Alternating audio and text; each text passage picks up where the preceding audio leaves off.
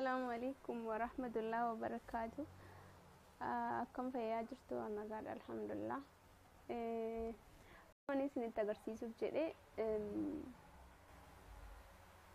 buna wanta fuulatti dibatamu keessaa buna jechuudha.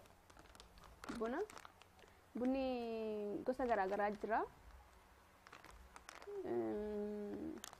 Isin garuu bunuma isinitti biratti argamu fayyadamtu. Anis bunuma na biratti argamaa jiru kanatu na bira jira gatii ta'eef kanan fayyadama. Bunni fuulaaf baay'ee faayidaa qaba. Fuula keenya ni lallaafisa. Fuula keenya irratti wantoota hin barbaachisne nurratti mul'atan nurraa itti balleessa. Humna akkasii qaba jechuudha. Kanaaf isinis buna isinitti biratti argamu yoo fayyadamtan baay'ee fuula keessaniif gaariidha jechuumaa fi wanta na fayyadeef maaf isiniif sheerin godhu. Kanaaf wantoota ani fayyadamu isinitti agarsiisa. Jalqaba irratti qodaatti waliin makatan ni qopheeffattu. Qodaan barbaade ta'u waannaan waliin isinii makuu isaati.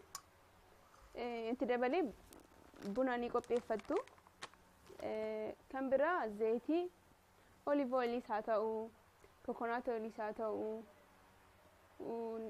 waan na fayyadattanii yaaddan hin fayyadamtu. Zayitii jechuu kooti anama kan na biratti argamu coconutidha. Isuma hin fayyadamas yeroo dheeraa. Kun akkasitti isinitti argisiisaa jechuudha.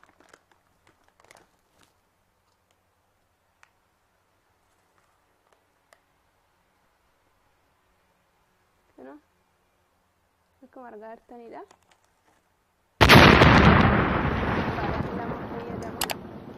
Isin amma barbaadde fayyadamuu dandeessu.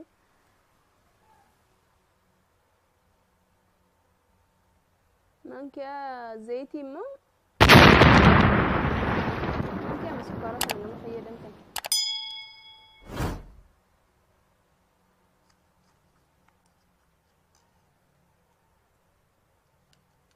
Kana akkuma argaa jirtanidha. Baay'istanii waliin makatanii wal fudhatutti.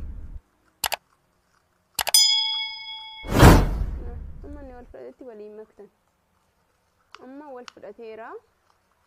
Dibachuuf dibatamuu fi qophaa'eera jechuudha.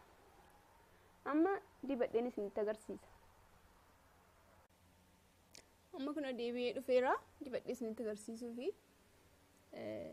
fuulli keessan baay'ee qulqulluu ta'uu qaba gaafa dibattan dibata biroo qabaachuu hin qabu. Ofitti sukkumee daqiiqaa 5 irra ta'eera. Kunoo akkuma argaa jirtan amma dhiqadhee isinitti deebi'a.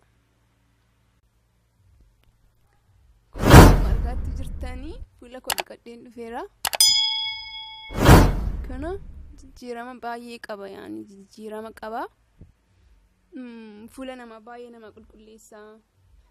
Fuula keessaniif walumaa galatti fuula namaatiif gaariidha bakka. Bunni fuula namaatiif baay'ee gaariidha. Jijjiirama ni agartu siniyyuu yoo fayyadamtan gatii ta'ee fi fayyadamaatii ilaalaa jechuumaaf hin jedhe akka itti fayyadamtan abdiin qaba.